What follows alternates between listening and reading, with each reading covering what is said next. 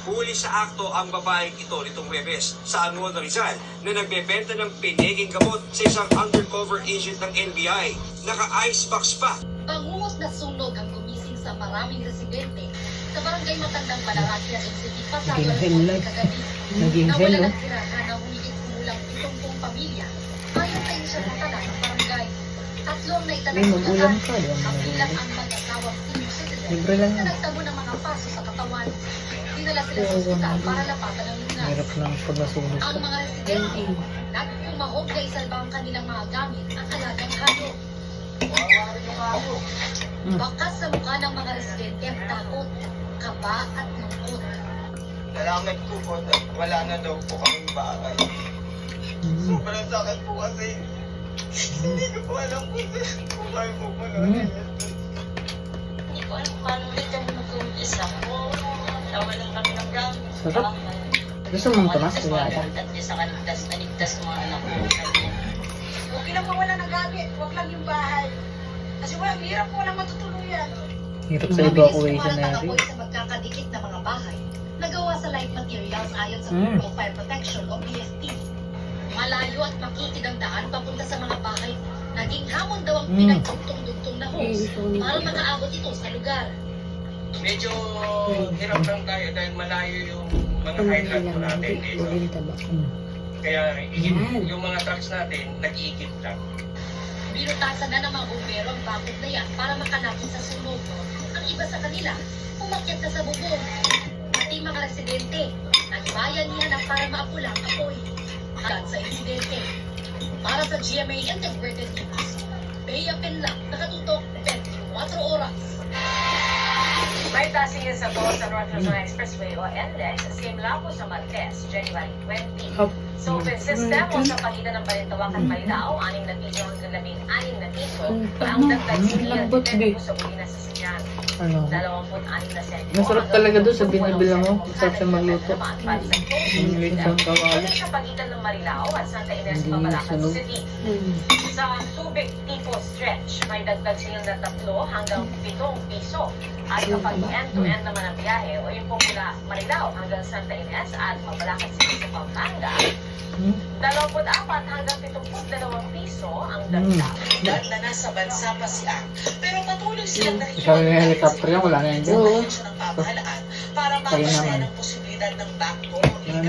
May jet pa nga siguro yan. Sa yamanan. Mga kontraktor nga, meron siya pa kaya. Kaya mahalaga raw ang mga makukuha Menudo. nila sa sinatag na hotline para sa nationwide manhunt kay Ang. Nagpabala rin ng PNP CIDG sa mga may balak manloko sa hotline. Ito na naman ako sinasabi. Ang galing lahat yan, pati mga arena. Sarap.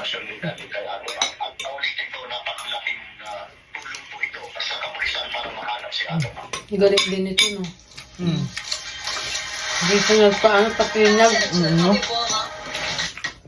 300 million, bukal sa kanya. Para tumahimik. Ngayon na talaga. Nakonsensya na talaga siya. Iba talaga ang musig ng konsensya.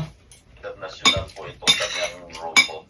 O napapanaginip na pa yung mga ano, mga hiyaw ng tao, no? Kaya dati, parang ginawa niya rin sa sarili na siguro nasa ibang Kumpara niya yan eh, no? Wala ang sinabing lead counsel ni Ang na inabisuhan niya ang kliyente na huwag sumuko sa mga otoridad habang ginagawa pa nila ang lahat ng legal na hakbang. Tinawag ito ng Justice Department na malimpayo at posibleng kriminal. Para sa GMA Integrated News, Darlene Kai, May alam mo, posibleng wala, no? May alam mo, congrats ka na. Posibleng wala. Nagtatabi daw matulog yun, no? Matapos masagasaan ang naglukuman ng shuttle bus. Nakatutok si CJ Torida ng GMA TV. Tulong-tulong ang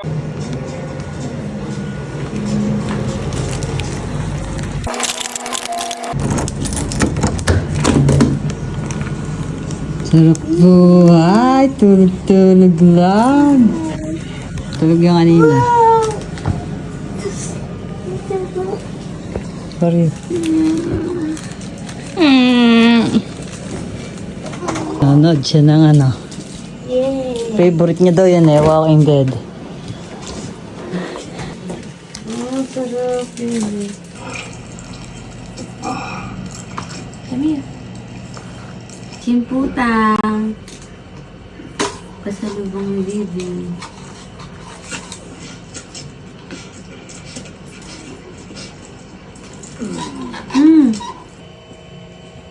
Where's my gun? You have no right to take it. You don't need that just now, do you? My father gave it to me. It's mine. Hold on to it for me. It's just a toy. She's just a toy. It was my only option. The only choice I could make. I'm sure nobody got that.